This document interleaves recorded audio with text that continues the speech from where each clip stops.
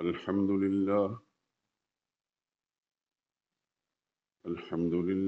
وحده، والصلاة والسلام على من لا نبي بعده ولا رسول بعده ولا معصوم بعده. أما بعد، فإن خير الحديث كتاب الله، وخير الهدي هدي محمد صلى الله عليه وسلم، وشر الأمور محدثاتها، وكل محدثة بدعة، وكل بدعة ضلالة، وكل ضلالة في النار. أعوذ بالله من الشيطان الرجيم. بسم الله الرحمن الرحيم.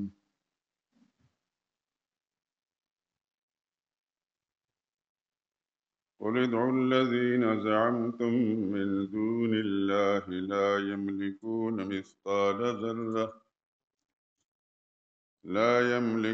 مثقال ذرة في السماوات ولا في الأرض، وما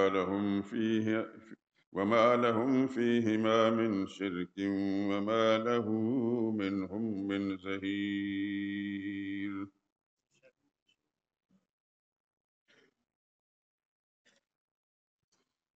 کہہ دیجئے کہ جن کو تم اللہ کے سوا کارساز سمجھ کر خیال کرتے ہو، ان کو بلا لو. وہ آسمان اور زمین میں ذرہ بھر کے بھی مالک نہیں ہے، نہ ان میں ان کا کوئی اختیار ہے، نہ کوئی ان میں سے کوئی اللہ کا مددگار ہے. سبحان ربک رب العزت عما یصفون، وسلام علی المرسلین، والحمد للہ رب العالمین. درود پڑھ لیں. اللهم صل على محمد وعلى آل محمد كما صليت على إبراهيم وعلى آل إبراهيم إنك حميد مجيد. اللهم بارك على محمد وعلى آل محمد كما باركت على إبراهيم وعلى آل إبراهيم إنك حميد مجيد.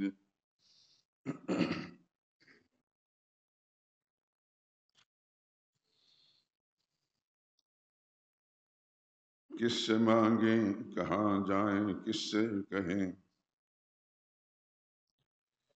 کس سے مانگیں کہاں جائیں کس سے کہیں، اور دنیا میں حاجت روا کون ہے. سب کا داتا ہے تو، سب کو دیتا ہے تو، تیرے بندوں کا تیرے سوا کون ہے.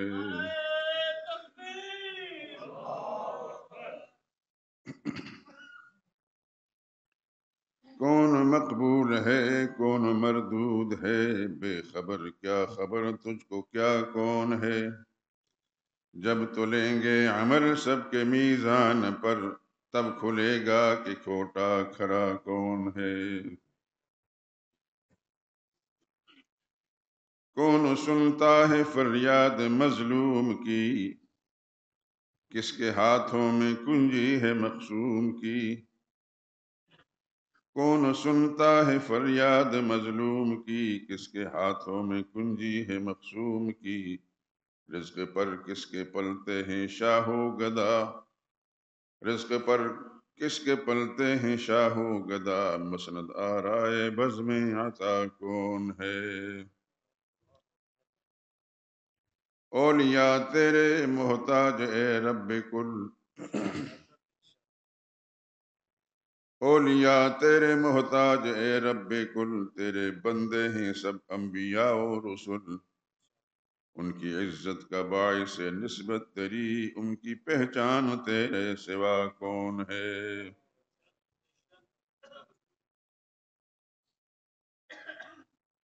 میرا مالک میری سن رہا ہے فغاں، جانتا ہے وہ خاموشیوں کی زباں.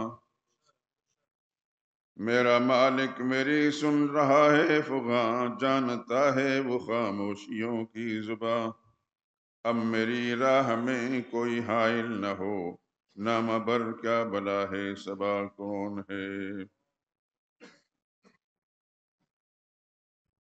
اے خبر بھی وہی، مبتدا بھی وہی، ناخدا بھی وہی ہے خدا بھی وہی، جو ہے سارے جہانوں میں جلوہ نما، اس احد کے سوا دوسرا کون ہے۔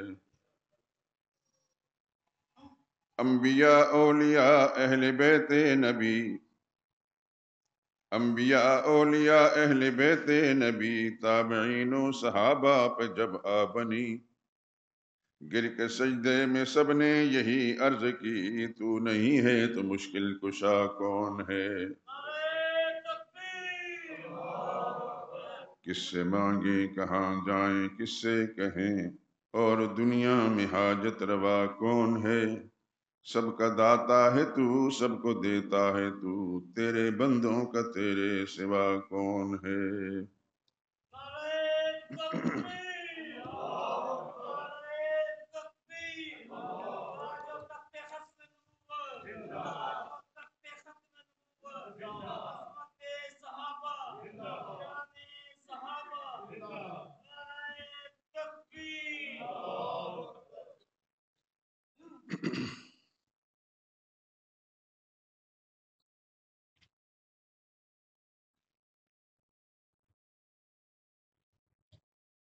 بزرگان محترم، برادران عزیز،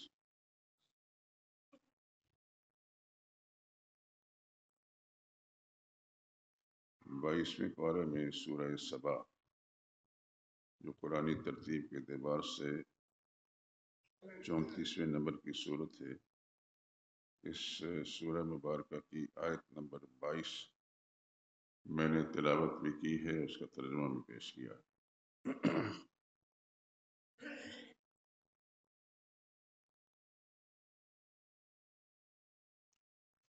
مسجد شہداء کے باقاعدہ نمازی، خصوصاً جمعہ کے نمازی دوست،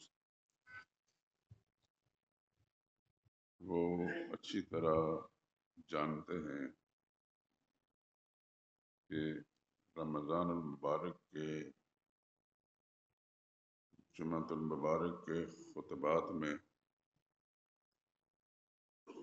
دین اسلام کا ایک اہم اور سب سے بنیادی مسئلہ، جس پر سارے اسلام کی عمارت قائم ہے،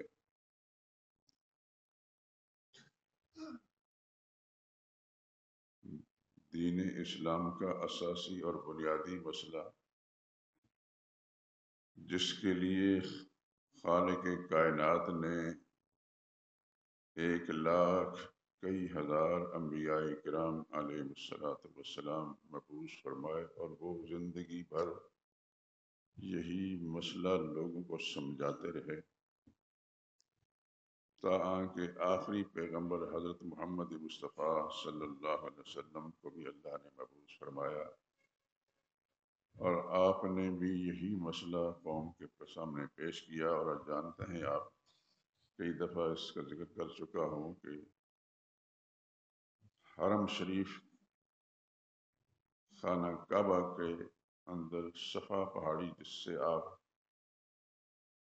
عمرہ کے دوران سعی کرتے ہیں، صفا سے شروع کر کے مروہ، مروہ سے پھر صفا، صفا سے مروہ، پھر مروہ سے صفا، یہ 7 چکر جو لگاتے ہیں، سب سے ابتدا اس کی صفا سے ہوتی ہے۔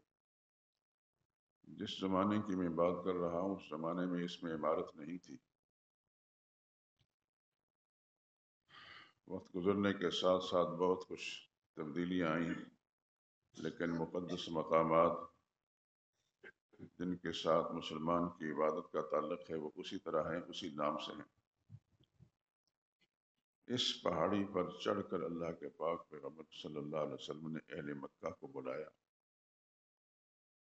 یہاں یہ بات ذہن نشین فرما لیں کہ رسول اللہ صلی اللہ علیہ وسلم جس وقت بلا رہے تھے، اس وقت مکہ کا ہر فرد، ہر شخص، چھوٹا بڑا، مرد و زن،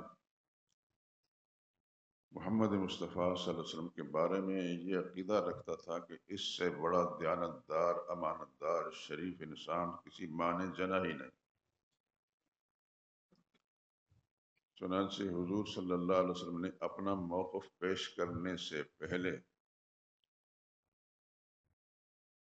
رسول اللہ صلی اللہ علیہ وسلم کو یہ پتا تھا کہ یہ سب لوگ میرے عقیدت مند ہیں اور مجھے بہت سچا اور دیانتدار انسان سمجھتے ہیں، لیکن حضور صلی اللہ علیہ وسلم نے اس وقت جو بات پیش کرنی تھی اس کے ابتدا سے یوں پوچھا: حل وجدتمونی صادقا او کاذبا، میرے شہریوں، میرے مکہ کے باسیوں، میں آپ سے ایک بات پوچھتا ہوں کہ کیا جتنا عرصہ بھی میں نے تمہارے اندر گزارا ہے، اور یہ عرصہ 40 برس کا تھا، قرآن حکیم میں ہے فقد لبثت فیکم عمرا من قبلہ افلا تعقلون، اس سے پہلے جو ایک عرصہ میں نے گزارا ہے تمہیں پتہ ہے؟ بالکل۔ تو کیا اس عرصے کے اندر آپ نے مجھے صادقاً سچا، راست باز، سچ کہنے والا پایا، اور کاذبہ یا کبھی میں نے جھوٹ بولا؟ تو سب کے سب یک جواں ہو کر کہنے لگے: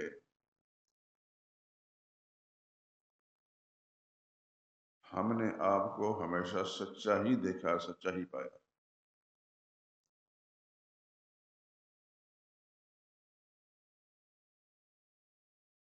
فما وجدنا فیک الا صدقا، سوائے سچائی کے آپ کے اندر کچھ بھی ہم نے نہیں دیکھا۔ اور یہ کہنے لگے کہ ہم نے آپ کو اس عرصے میں سرسری نظر سے نہیں دیکھا، تجربے کیے۔ جربنا لکا مرارا، ہم نے آپ کا کے بارے میں تجربہ کیا مرارن، کئی بار۔ فما وجدنا فیک الا صدقا، اور آپ کے اندر سچائی کے سوا ہم نے کچھ بھی نہیں پایا۔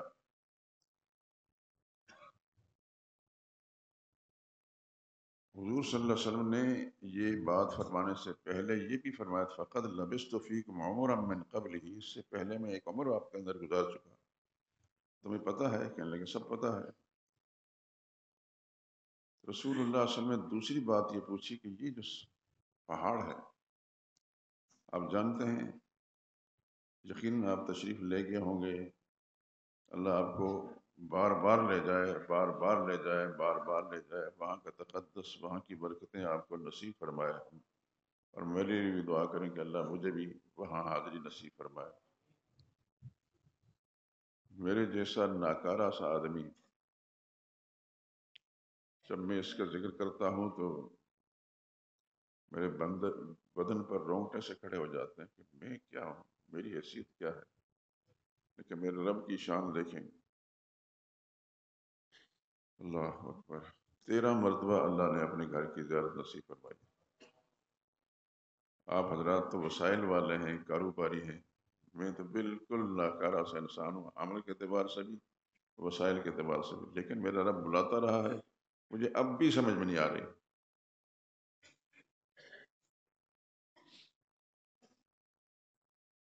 تو حضور صلی اللہ علیہ وسلم نے فرمایا یہ جو پہاڑ ہے، آپ حضرات جو وہاں تشریف لے گئے ان کو پتہ ہے کہ صفا پہاڑی کے اس سائڈ میں تھوڑا سا فاصلے پر ایک اچھا خاصا اونچا پہاڑ ہے، اس کی طرف اشارہ کر کے حضور صلی اللہ علیہ وسلم نے پوچھا: میں اگر یہ کہوں کہ یہ جو پہاڑ ہے اس کے پیچھے تمہارا کوئی دشمن چھپا ہوا تم پر حملہ آور ہونا چاہتا ہے، جبکہ تم نے اس کو دیکھا بھی نہیں اور تمہیں یہ بھی پتہ نہیں کہ تمہارا کوئی دشمن ہے بھی کہ نہیں، لیکن میں اگر کہوں کہ اس پہاڑی کے پیچھے ایک دشمن چھپا ہوا حملہ آور ہونا چاہتا ہے، تو کیا یہ بات بھی مان لو گے؟ اللہ اکبر! پیغمبر کی صداقت پر قربان جائیں، کس قدر اعتماد تھا۔ سب نے کہا کہ ہمارے علم میں نہیں کہ ادھر کوئی ہمارا دشمن ہے، ہمارے علم میں نہیں ہے، لیکن چونکہ آپ کی زبان سے اگر ہمیں پتہ چلے کہ یہاں کوئی دشمن چھپا ہو تو ہم مان لیں گے کہ جو کچھ محمد کہہ رہے ہیں صلی اللہ علیہ وسلم، جو کچھ کہہ رہے ہیں یہ سچ ہے۔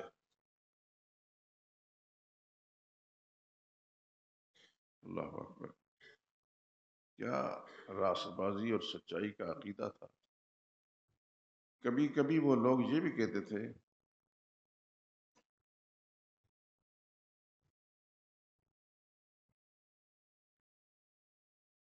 ہمارا بیٹا یا بیٹی،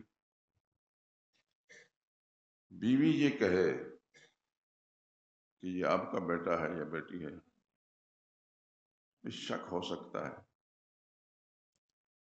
اس میں شک ہو سکتا ہے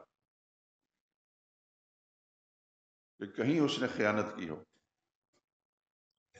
لیکن آپ کے بارے میں ہم شک نہیں کر سکتے، آپ نے کبھی جھوٹ نہیں بولا۔ سبحان اللہ، سبحان اللہ، قربان جائے محمد مصطفیٰ صلی اللہ علیہ وسلم کی صداقت پر، رسالت پر، صلی اللہ علیہ وسلم۔ یہ دو باتیں پوچھنے کے بعد اور اس کی تصدیق کرانے کے بعد نبی کریم صلی اللہ علیہ وسلم نے فرمایا ایک تیسری بات کہنا چاہتا ہوں۔ یہ پہلی باتیں تمہید تھی اس تیسری بات کے لیے، اور وہ تیسری بات اس میں آپ کی بھلائی کی کا نسخہ موجود ہے، اور وہ یہ کہ قولوا لا الہ الا اللہ تفلحوا۔ تو اگر وہ بات میری سچی ہے اور اس سے پہلے 40 برس تک میں نے کبھی جھوٹ نہیں بولا، تو یہ بات بھی کہہ لو اپنی زبان سے، لا الہ الا اللہ، یہ زبان سے کہہ دو کہ اللہ کے سوا کوئی اور الہ نہیں، اللہ کے سوا کوئی اور الہ نہیں، تفلحو، یقیناً تم کامیاب ہو جاؤ گے۔ اتنی بات فرمانی تھی کہ ایک ہنگامہ کھڑا ہو گیا۔ دیکھیے جن لوگوں کی رگوں کے اندر شرک نسلاً بعد نسلاً دھنسا ہوا ہو، وہ فوری طور پر اس بات کو کیسے سن سکتے ہیں اور کیسے مان سکتے ہیں؟ قرآن کہتا ہے وَانْطَلَقَ الْمَلَأُ مِنْهُمْ، ان میں سے جو چودھری ٹائپ کے لوگ تھے، ملأ کا لفظ قرآن کریم کے اندر جو آتا ہے یہ ان لوگوں کے لیے آتا ہے الذین یملؤون القلوب بجلالہم، جو اپنے رعب اور دبدبے سے لوگوں کے دلوں کو بھر دیتے ہیں۔ ملا کہتے ہیں بھرنے کو۔ الذین یملؤون القلوب بجلالہم، جو لوگوں کے دلوں کو اپنے رعب اور دبدبے سے بھر جاتے ہیں، یہ لوگ دباؤ میں آ جاتے ہیں۔ والمجالس باتباعہم، اور مجلسیں ان کی بھری رہتی ہیں ان کے نوکروں چاکروں اور ان کے عقیدت مندوں سے۔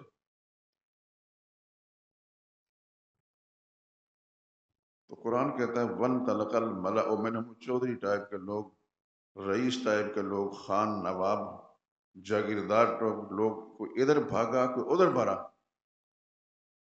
کہنے لگا انمشو انمشو انمشو، چلو چلو چلو یہاں سے نکلو، وَاصْبِرُوا عَلَىٰ آلِهَتِكُمْ، وہ جو باپ دادے سے تمہارا عقیدہ چلا آ رہا ہے، باپ دادے نے بتایا کہ یہ الہ ہے یہ الہ ہے یہ الہ ہے، ان پر جمے رہو۔ حضور نے یہی فرمایا تھا لا الہ الا اللہ، کہہ لو مان لو کامیاب ہو جاؤ گے۔ انہوں نے کہا اس لا الہ الا اللہ جو باپ دادا سنا اس پر جمے رہو۔ ان ھذا لشیء عجاب، یہ بڑی عجیب بات ہے۔ سارے کے سارے باغ کھڑے ہوئے، اور مزے کی بات یہ کہ ابو جہل جیسا انسان بھی یا اس ٹائپ کے لوگ بھی وہاں موجود تھے۔ انکار ضرور کیا انہوں نے، بگاڑ پیدا کیا، لوگوں کو گمراہ کیا، بہکایا، لیکن ابو جہل کو یہ توفیق نہیں ہوئی کہ کوئی پتھر اٹھا کر رسول اللہ صلی اللہ علیہ وسلم کی ذات اقدس پر پھینک سکے۔ وہ بدقسمت آدمی اپنے ہی خاندان کا تھا، جسے ابو لہب کہتے ہیں۔ وہ بدنصیب پتھر مارنے والا حضور صلی اللہ علیہ وسلم کو پہلے مرنے پر وہ اپنے ہی خاندان کا تھا، اپنا ہی خون تھا، اور رسول اللہ صلی اللہ علیہ وسلم کا سگا چچا تھا۔ اس کا نام کیا تھا؟ ابو لہب۔ جانتے ہیں ابو لہب قرآن کریم میں کہیں ہے؟ میں اس لیے پوچھ رہا ہوں کہ آپ سارے حضرات پورے شعور کے ساتھ میری گفتگو کو سنیں، اور اللہ توفیق دے تو پھر آگے اس کو نقل بھی کریں، قرآن حکیم کی آخری 3 صورتیں چھوڑ کر اس سے پہلے ایک صورت ہے، اس کا نام سورہ لہب۔ لہب کہتے ہیں شعلے کو، چمک، اور اس کو ابو لہب کہتے ہیں شعلوں کا باپ۔ عجیب بات ہے کہ بڑا ہی حسین اور خوبصورت آدمی تھا، اس کے چہرے سے شعلے نکلتے تھے، اور اس کی بنا پر ابو لہب کہا جاتا تھا، اور اسی نام سے اللہ نے سورت بھی اس کی مذمت میں اتاری۔ آپ جب بھی قرآن حکیم کی تلاوت کریں گے تو اس سورہ مبارکہ کی تلاوت کر کے جائیں گے۔ وہ سورت ابو لہب حضور صلی اللہ علیہ وسلم کے سگے چچا کی مذمت میں اللہ نے اتاری۔ آپ حضرات یقیناً اللہ آپ کو سلامت رکھے، اللہ آپ کو اپنے قرآن کے ساتھ سچی وابستگی نصیب فرمائے، اور قرآن کے ساتھ ہمیشہ ہی جڑے رہیں، اور ہمیشہ ہی قرآن کی تلاوت کرتے رہیں، اور دھیان اور توجہ کے ساتھ کرتے رہیں۔ اللہ آپ کی نسلوں میں ہدایت چلا دے۔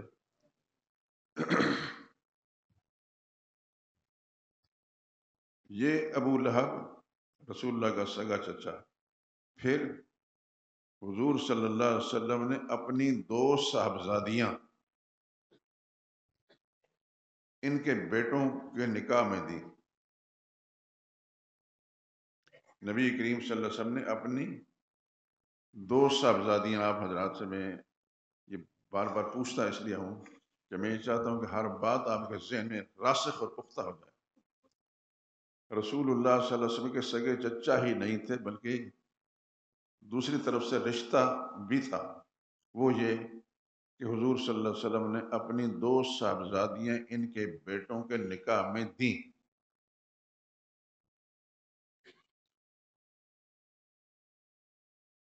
ایک بیٹا، اس کا نام تھا عتبہ۔ کتابوں میں آپ پڑھتے ہیں، سیرت اور تاریخ کتابوں کا مطالعہ یقیناً آپ کرتے ہوں گے، کیونکہ ہم چھوٹے چھوٹے تھے، ابھی میں اسکول پڑھ رہا تھا، تو میرے والد صاحب اللہ جنت نصیب کرے، ان پر جنون کی کیفیت طاری تھی کہ اس کو دین کی کتابیں پڑھنا ہے پڑھنا ہے پڑھنا۔ سادہ طبیعت انسان تھے، لیکن پر دین کا غلبہ تھا۔ سکول کی عمر میں الحمدللہ میں سارے سکول کے اندر ذرا زیادہ ہوشیار شمار ہوتا تھا، بلکہ 24 سکول اس علاقے کے ایک دفعہ اکٹھے ہوئے۔ بچپن کی باتیں بعض اوقات یاد آ جاتی ہیں۔ تو 24 سکولوں کے اندر میرا پہلا نمبر تھا۔ خدا کا شکر ہے، میرے کو کمال نہیں، میرے رب کی مہربانی۔ تو میری اس ذہانت کی بنا پر میرے والد صاحب کا ایک جنون کی کیفیت تھی کہ اس کو عالم بننا ہے، عالم بننا ہے، عالم بننا ہے۔ لوگ کہتے ہیں کہ آپ کا یہ بیٹا دوسرے بیٹوں کے مقابلے میں زیادہ ہوشیار ہے، اس کو اسکول کالج کے اندر بھیجیں، بڑا افسر بنیں گا، پھر بڑے عہدے پر جائے گا، مال کمائے گا، یہ کرے گا وہ کرے گا۔ میرے والد صاحب اس بات کو سن کر صحیح نفرت کے ساتھ دیکھتے تھے، مجھے مال چاہیے نہیں، یہ جملہ فرما، مجھے مال نہیں چاہیے، بس۔ خیر، اللہ اکبر، الحمدللہ۔ تو ابو لہب کے 2 بیٹے، ایک کا نام عتبہ تھا، آپ نے کتابوں میں پڑھا ہوگا، اور دوسرے کا نام عتیبہ تھا۔ تیسرا بیٹا معتب، جو میں نے آپ حضرات کو 2 سال پہلے خاندان نبوت کے بارے میں کچھ معروضات پیش کی تھی، تو ان میں یہ ذکر کیا تھا، اور اب انشاءاللہ آپ دعا کریں، میں یہ جملہ بولتا ہوں تو آپ آمین کہیں۔ وہ مضمون سارا اکٹھا کیا ہوا ہے، لیکن اس کو میں جمع کر لوں کہ میں ایک کتاب آپ حضرات کی خدمت پیش کر سکوں خاندان نبوت کے بارے میں۔ آمین کہیں، اللہ جزائے خیر دے۔ تو عتبہ کو حضور صلی اللہ علیہ وسلم نے اپنی صاحبزادی حضرت رقیہ الزہرا آپ سوچتے ہوں گے کہ ہم نے تو فاطمۃ الزہرا سنی ہے، لیکن قلم در کف دشمن است، دشمن کے ہاتھ میں قلم ہو تو جو مرضی لکھے۔ رسول اللہ صلی اللہ علیہ وسلم کی 4 صاحبزادیاں تھیں۔ بڑی کا نام کیا تھا؟ سیدہ زینب رضی اللہ تعالی عنہا۔ دوسری صاحبزادی کا نام تھا سیدہ رقیۃ الزہرا رضی اللہ تعالی عنہا، ابھی بتاتا ہوں اس کی وجہ۔ تیسری صاحبزادی کا نام تھا ام کلثوم رضی اللہ تعالی عنہا، اور چوتھی صاحبزادی کا نام تھا سیدہ فاطمہ رضی اللہ تعالی عنہا۔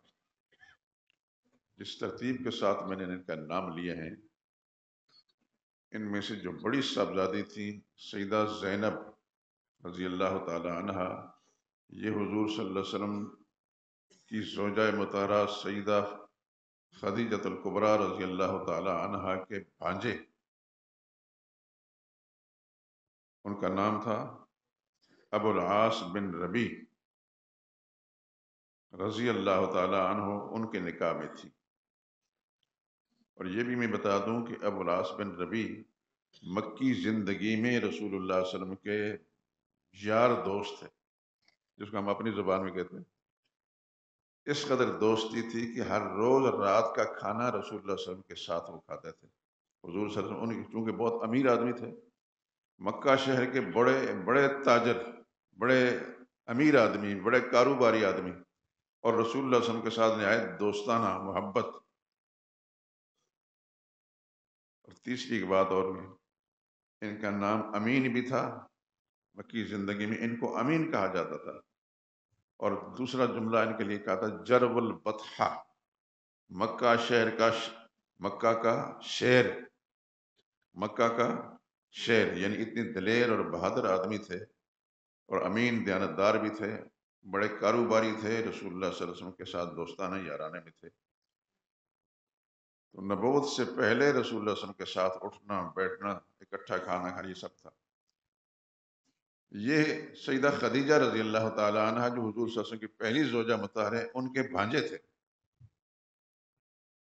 تو رسول اللہ صلی اللہ علیہ وسلم کی بڑی صاحبزادی سیدہ زینب رضی اللہ تعالی عنہ کا نکاح ابو العاص بن ربیع سے ہوا۔ دوسری صاحبزادی سیدہ رقیۃ الزہرا رضی اللہ تعالی عنہ، ان کا نکاح ابو لہب کے بیٹے، ابھی میں نے نام لیا تھا، عتبہ کے ساتھ ہوا۔ مورخین نے 2 باتیں لکھی ہیں کہ رخصتی ہو گئی، ایک نے کہا کہ نہ صرف نسبت ہوئی تھی، اور دوسری صاحبزادی سیدہ ام کلثوم رضی اللہ تعالی عنہ، ان کا نکاح ابو لہب کے بیٹے عتیبہ کے ساتھ ہوا۔ یہ نام بھی آپ کو یاد ہو جائیں گے انشاءاللہ، اللہ توفیق دے، کتاب آپ کے سامنے آئی تو آپ خوش ہوں گے۔ میں نے بڑی محنت کی اس سلسلے میں۔ میں محتاج ہوں ہر چیز میں، خصوصاً آپ کی دعاؤں کا،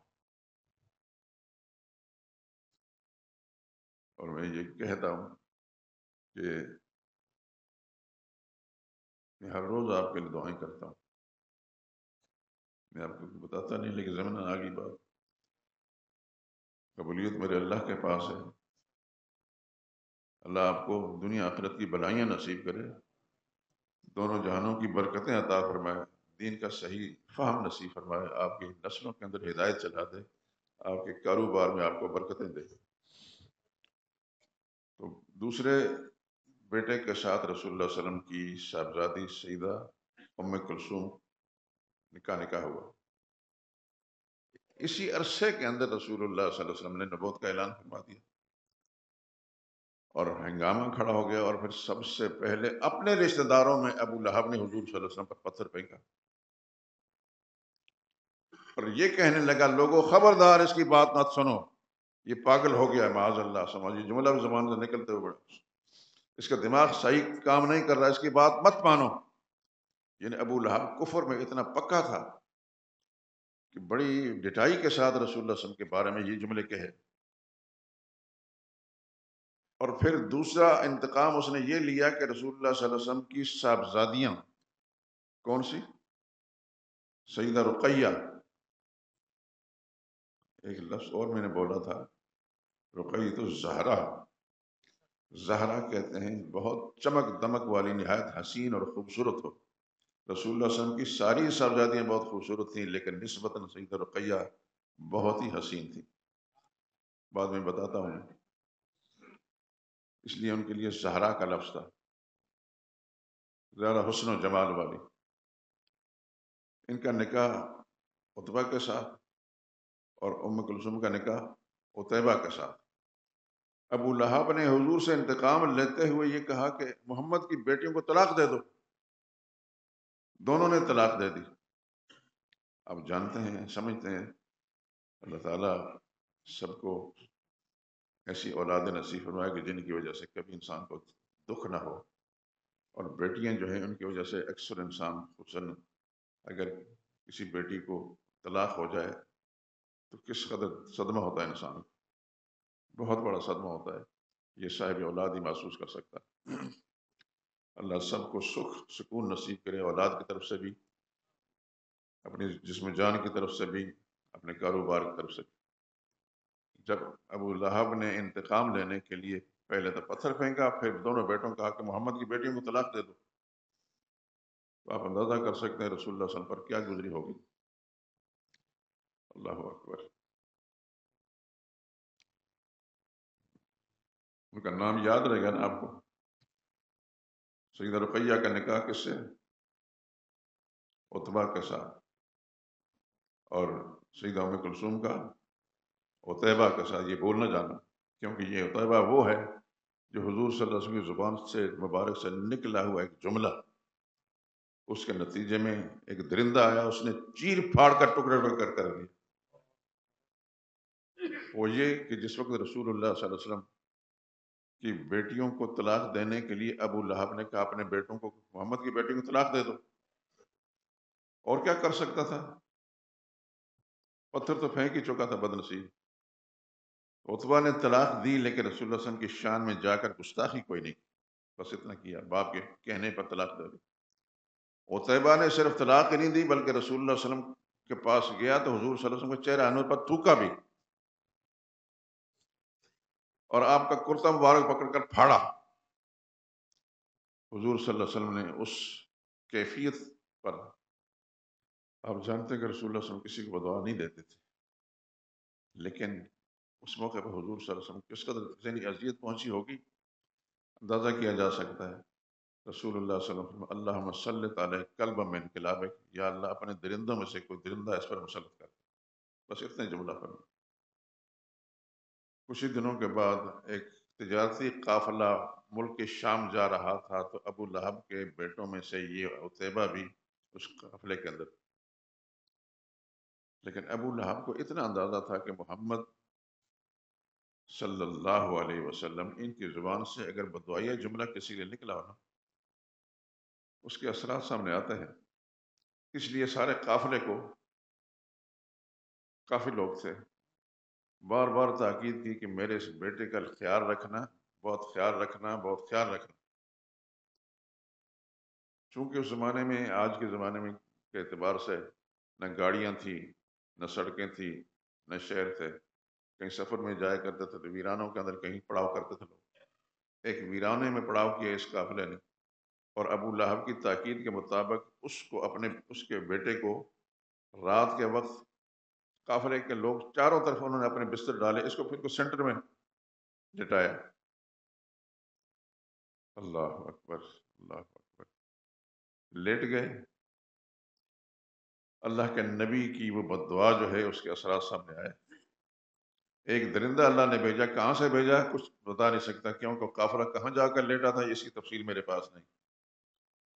رات کو وہ درندہ آیا، شہر ایک ایک آدمی جو سویا تھا اس کو سونگتا رہا، کچھ نہیں کہا.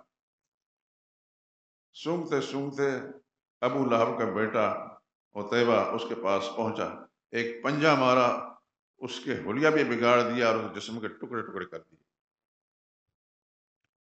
یہ اس بددعا کے اثر تھے جو رسول اللہ صلی اللہ علیہ وسلم کی شان میں گستاخی کرنے والے. خیر، ابو لہب کا اپنا معاملہ کیا ہوا؟ کچھ دنوں کے بعد ابو لہب کے جسم پر دانے نکلے اور وہ آہستہ آہستہ بڑے ہوتے گئے اور پھیلتے گئے سارے جسم پر، اور اسے بدبو آنے لگی۔ میرا رب جو چاہے کرتا ہے۔ اللہ، میں پچھلے جمعے میں کہتا ہوں خدا کسی کا رشتہ دار نہیں، یہ میرے نبی کا یہ رشتہ دار ہے، اس واسطے کچھ نہیں۔ نبی کے ساتھ جو اللہ کا تعلق ہے وہ تو ہے ہی، لیکن نبی کا کوئی رشتہ دار ہو کسے باشا اللہ علیہ تعین، اگر وہ اللہ کے دین کا باغی ہے تو پھر خدا کا اس کے ساتھ کوئی تعلق نہیں۔ ابو لہب کے جسم پر بدبودار دانے نکلے اس حد تک کہ گھر والے لوگ اس کی بدبو سے تنگ آنے لگے تو گھر سے نکال کر ایک ویرانے میں کسی تختے پر اس کو ڈال دیا،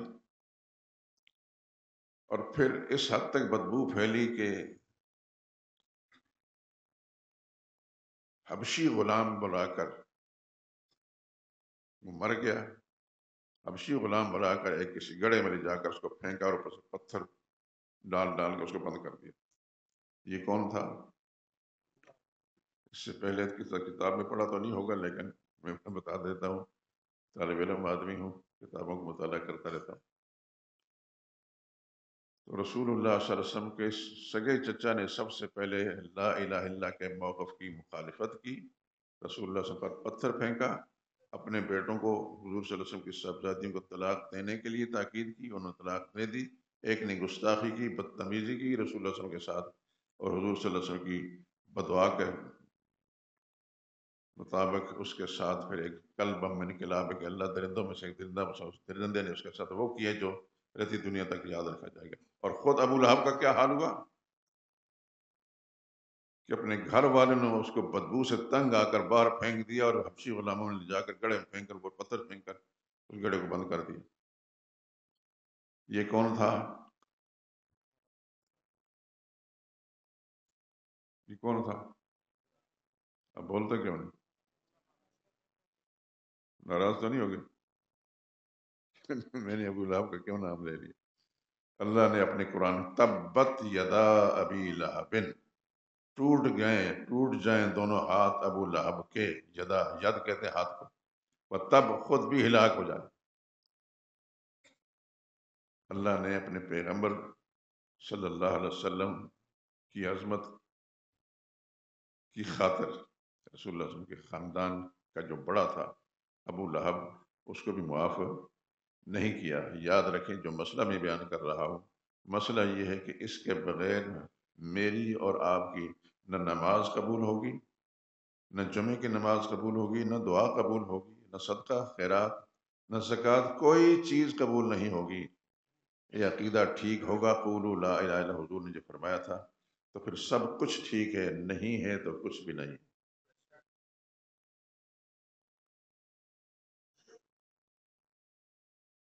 مکی زندگی میں رسول اللہ صلی اللہ علیہ وسلم کے سب سے پہلے اپنے خاندان میں ابو لہب مخالف رہا، اور اس کے دو بیٹے، لیکن ایک بیٹا عتبہ، کسی نے بدتمیزی نہیں کی تھی، بعد میں اللہ تعالیٰ نے اس کو ہدایت دے دی اور یہ صحابی بن گئے۔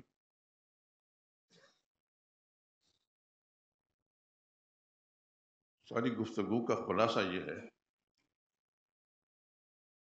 کہ ہماری نمازیں جو بھی ہم نے پڑھنی ہیں، یا اس سے پہلے پڑھ چکے، یا زندگی ہوئی تو آئندہ پڑھیں گے، اور روزہ جو روزے رکھ چکے ہیں یا اس وقت رکھے ہوئے ہیں، جو اللہ نے جس کو مال دیا اس کی زکوٰۃ، صدقہ اور خیرات، حج، قربانی،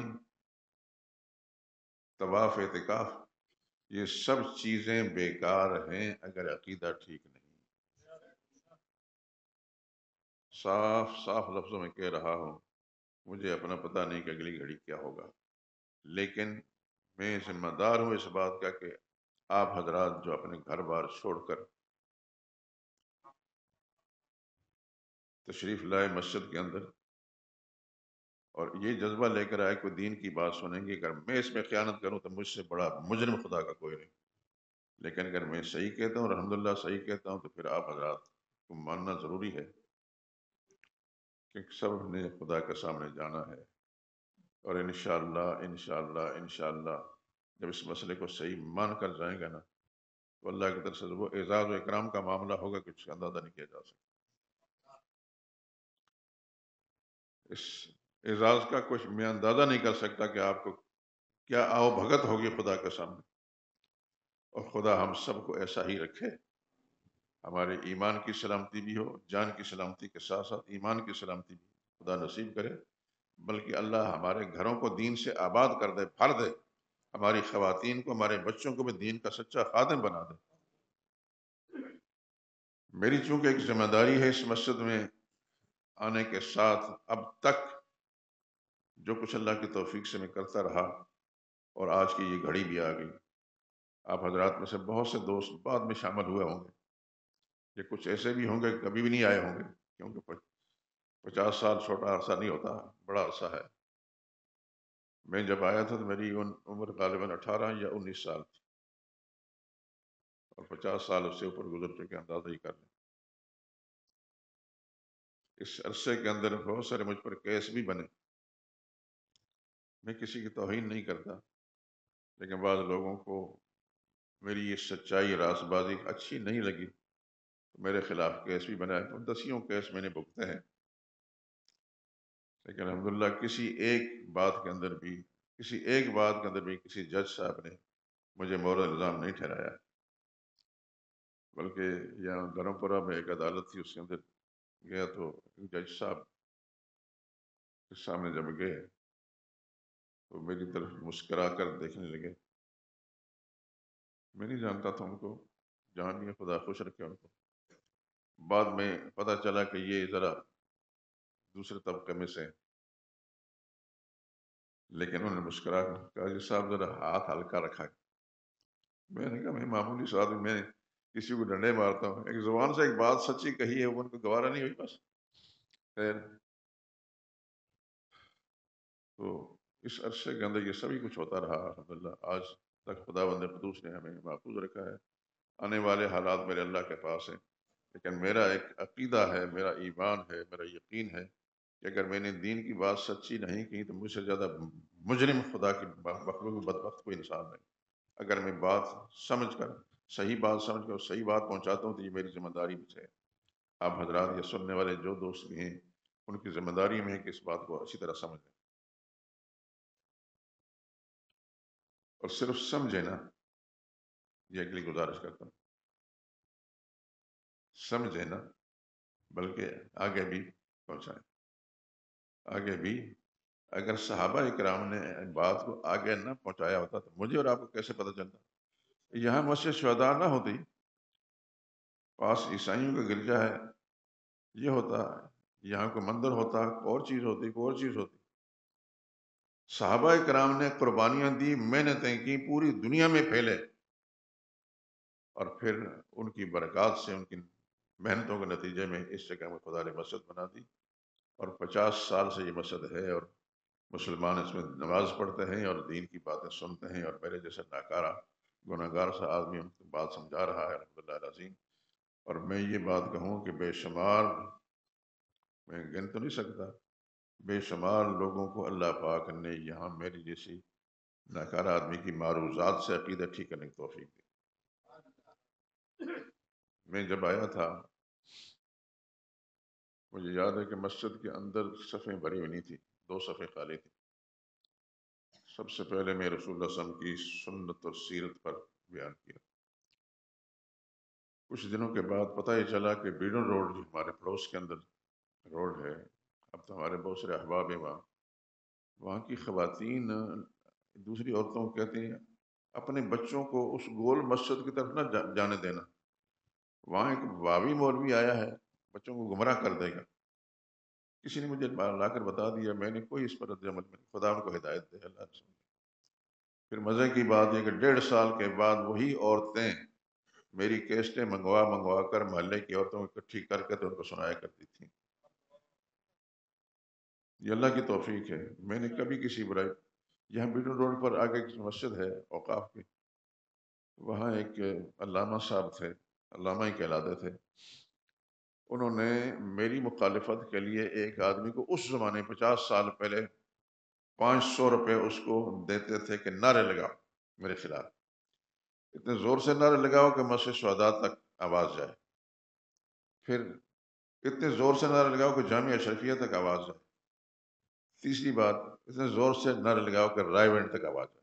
اس پر ان کو 500 روپے ایک آدمی کو ملا کرتے تھے، مجھے لوگ بتا دیا کرتے تھے، میں نے کبھی کوئی رد عمل ظاہر نہیں کیا، بلکہ ایک دفعہ مجھے، میرا خیال ہے کوئی 4-5 مہینے کے بعد یا اس سے زیادہ، مجھے ایک رکا آیا جمعے کی نماز کے لیے، اور رکے میں کسی ساتھی نے تھے تو بڑا مخلص لیکن انداز بڑا عجیب تھا، کہ تو بڑا ڈھیٹ آدمی ہے، اس پہ یہ لکھا تو بڑا ڈھیٹ آدمی ہے، فلاں مسجد کے مولوی آپ کو بہت برا بھلا کہتے ہیں، یہ کہتے ہیں وہ کہتے ہیں، گالیاں دیتے ہیں، آپ کو جواب ہی نہیں دیتے۔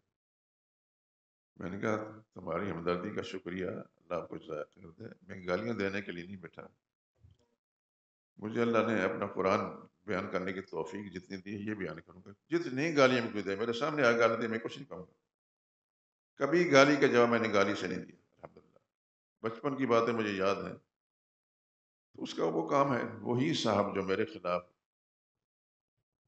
نعرے لگوایا کرتے تھے، ایک دفعہ بن روڈ میں جا رہا تھا پیدل، ان کے پاس سکوٹر تھا، سکوٹر پر آتے ہوئے جب مجھے جاتے ہوئے دیکھا اس نے، تو وہ تقریباً کوئی 50 فٹ پیچھے سکوٹر کھڑا کر کے تو اتر کر آ کر مجھے ملے، میں نے ان سے کچھ نہیں کہا کہ آپ آگے پیچھے مجھے برا بھلا کہتے ہیں، میرے خلاف نعرے لگواتے ہیں، میں نے کہا یہ خدا کی توفیق ہے، میری کوئی بات اللہ کو پسند آئی تو اللہ تعالیٰ نے اس کے دل میں بھی بات ڈال دی، تو اس طرح سارا کچھ ہوتا ہے میرے دوستوں۔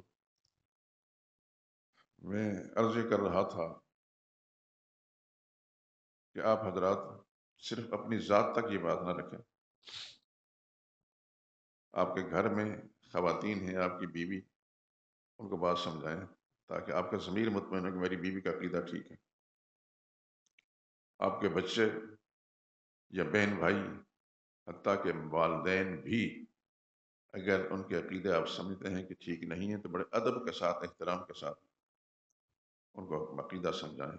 اگر وہ یہ کہیں کہ تو بڑا بے ادب ہو گیا، ہمیں سمجھاتا ہے، بات کی پرواہ نہ کریں، آپ انہیں کہیں کہ قرآن کریم کے اندر موجود ہے وَصَاحِبْ مَا فِي الدُّنْيَا مَعْرُوفًا، ان کو مسئلہ سمجھائیں، دنیوی لحاظ سے ان کے ساتھ اچھا سلوک کریں، ماں باپ برا بھی کرتے ہیں، کچھ کہتے ہیں، ان کا برائی کے ساتھ جواب نہیں دینا، تلخی کے ساتھ جواب نہیں دینا، انشاءاللہ العزیز ان کے عقیدے بھی ٹھیک ہوں گے تو آپ کا ضمیر مطمئن ہوگا، خدا کے سامنے سے روبرو ہو جائیں گے۔ تو اس لیے بہت سارے دوستوں سے میں بار بار کہا کرتا ہوں، آپ سے بھی یہ گزارش ہے کہ آپ اپنے بچوں کو ٹٹولیں وقتاً فوقتاً، ان کے عقیدے کیا ہیں۔ دیکھیے یاد رکھیں، ہم سب بزرگوں کو مانتے ہیں، میری بات کو سن رہے ہیں نا، میں سب بزرگوں کو مانتا ہوں، لا علی التعیین کسے باشد، اگلے ہوں یا پچھلے ہوں، زندہ ہیں یا فوت شدہ ہیں، سب کو مانتا ہوں، لیکن کسی سے مانگتا نہیں، مانتا ہوں ان سے مانگتا نہیں، مانگنے کے لائق ذات کس کی ہے؟ صرف اللہ ہی کی، اور اسی کی تاکید کرتا ہوں۔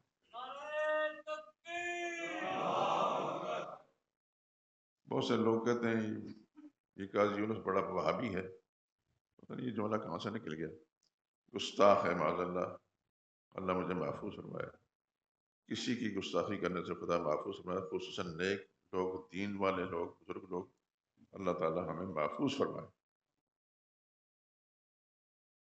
لیکن سچ کہنے کی خدا توفیق دے، سچی بات اگر گستاخی محسوس ہوتی ہے تو کوئی بات نہیں، لیکن سچ کہنے کی خدا توفیق دے، وہ سچ جو محمد مصطفیٰ صلی اللہ علیہ وسلم نے امت کے سامنے پیش کیا اور امت کو اس کی تاکید فرمائی، اللہ اس سچائی پر قائم رکھے۔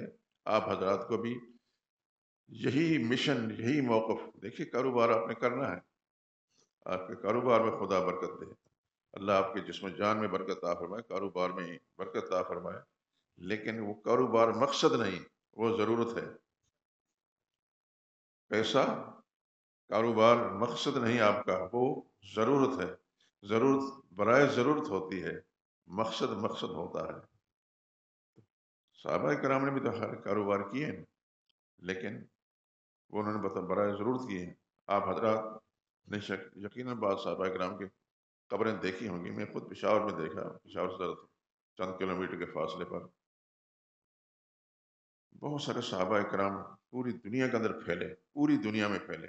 آپ کے پاکستان میں، سندھ کے علاقے میں، بلوچستان کے علاقے میں بہت سے صحابہ کرام قبریں موجود ہیں. بدقسمتی یہ کہ شیطان چونکہ زندہ ہے، اس وقت صحابہ کی طرف توجہ کرانے کے بجائے ہمیں اور لوگوں کی طرف ان کی پوجا پاٹ میں لگا دیا کہ فلاں سے مرادیں مانگیں، فلاں سے مرادیں مانگیں. مرادیں مانگنے کے لائق کون ہے؟ صرف اللہ ہے، صرف اللہ ہے، صرف اللہ ہے. نبی بھی مرادیں مانگتے رہے اللہ سے، ولی بھی مرادیں مانگتے رہے اللہ سے، تاکید بھی اس بات کی کرتے رہے کہ اللہ ہی سے مانگو. مانگنے کے لائق ذات صرف اللہ ہی کی ہے. دیکھیے میں نے قرآن کریم کی جو آیت پڑھی ہے، ترجمہ میں نے سنایا تھا، پھر دوبارہ سنا تو آپ بات سمجھ میں آئے گی. قُلِ ادْعُوا الَّذِينَ زَعَمْتُم مِّن دُونِ اللَّهِ، میرے لاڈلے پیغمبر ان لوگوں سے کہہ دیے پکار لو جن کو تم پکارتے ہو اللہ کے سوا، سمجھتے ہو کہ وہ کچھ کر سکتے ہیں، ان کو پکار کر دیکھ لو. اللہ فرماتے ہیں میں اعلان کرتا ہوں لا یملکون مثقال ذرۃ، ایک ذرہ برابر کے بھی اختیار نہیں رکھتے، میں نے ان کو اختیار نہیں دیا. یہ کون کہہ رہا ہے؟ میں ناول نہیں پڑھ رہا، میں اللہ کا کلام پڑھ رہا ہوں. اللہ فرماتے ہیں لا یملکون، وہ مالک نہیں، مثقال ذرۃ، ایک ذرے کے، فی السماوات ولا فی الارض، آسمانوں والے ہوں وہ بھی کوئی اختیار نہیں رکھتے، زمینوں والے بھی کوئی اختیار نہیں رکھتے. آسمانوں میں کون ہیں؟ ملائکہ کرام ہیں. اللہ فرماتے ہیں وہ بھی اختیار نہیں رکھتے. زمین میں اللہ نے نبی پیدا فرمائے، صحابہ، بزرگان دین، اولیاء اللہ پیدا فرمایا. اللہ فرماتے ہیں ادھر دیکھو تو وہ بھی اختیار نہیں رکھتے، نیچے کی طرف تو اختیار نہیں رکھتے، میں نے اختیار دیا ہی نہیں. وما لهم فیہما من شرک، یہ جملہ بڑا غور سے ہے. وما لهم فیہما من شرک، آسمانوں والوں کو، زمین والوں کو کوئی اختیار آسمان و زمین کی بناوٹ کے وقت میں نے نہیں دیا، ان سے کوئی تعاون نہیں لیا. میں زمین کو بنا رہا تھا، ان سے تعاون نہیں لیا. آسمانوں کو بنا رہا تھا، ان سے کوئی تعاون نہیں لیا. بغیر کسی کے تعاون کے میں نے آسمان بھی بنائے، زمینیں بھی بنائی. اللہ اکبر، اللہ اکبر. قرآن حکیم کے ایک دوسرے مقام پر اللہ فرماتے ہیں یہ تو اتنے بے اختیار ہیں تم جو کھجور کی گٹلی پھینکتے ہو. آج کل تو کھجوریں زیادہ کھائی جاتی ہیں. کھجور کی گٹلی کے اوپر جو باریک سی جھلی ہوتی ہے، جالی سی، اس کا اختیار بھی نہیں رکھتے، میں نے اس کا اختیار بھی نہیں دیا. اگر مسلمان اللہ کے قرآن کے ساتھ وابستہ ہو جائے، اللہ مجھے اور آپ کو بھی، ہماری نسلوں کو بھی، ہمارے متعلقین کو بھی اللہ اپنے قرآن کے ساتھ سچی وابستگی نصیب فرمائے. خدا کی قسم، اللہ کے سامنے تو جانا ہی جانا ہے. آنکھیں بند ہوں گی تو پھر دیکھا جائے کیا نظارے ہیں، کیا برکتیں ہیں، کیا. تو میں اس لیے آپ حضرات کی توجہ اس طرف مبذول کرا رہا ہوں کہ آپ حضرات جو مسئلہ یہاں سے سنیں اس کو آگے جا کر اپنے گھر والوں تک بھی پہنچائیں، خواتین کو بھی، بچیوں کو، بچوں کو، بہن بھائیوں کو، حتیٰ کہ ماں باپ کو بھی. قرآن کریم میں تو ان جاہداک علی ان تشرک بی، تیرے ماں باپ تجھے مجبور کریں تو شرک کر، فلاں بابا سے جا کر مانگ، فلا تطعہما، پھر بات نہیں ماننی ان کی. وصاحبہما فی الدنیا معروفا، البتہ دنیا میں لحاظ سے ان کے ساتھ حسن سلوک کریں. وہ گالیاں دیتے ہیں، گالیوں کے جواب نہیں، مارتے ہیں، مارنے کے جواب مار، ادب اس کے ساتھ ان کی بات کو سننے. آج آپ یہ قربانی دیں گے تو کل اللہ تعالیٰ ان کو ہدایت پر لے آئیں گے. میرے دوستو،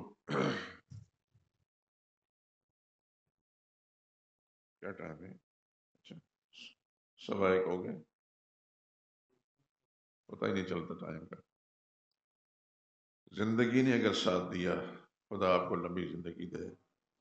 میرے لیے بھی دعا کریں اللہ تعالیٰ مجھے اپنے دین کے لیے، اپنے دین کے لیے، میرا زندگی کا مقصد کوئی نہیں، اللہ اپنے دین کے لیے مجھے توفیق دے کہ میں دین کی بات سمجھ کر اپنے احباب تک پہنچاتا رہوں.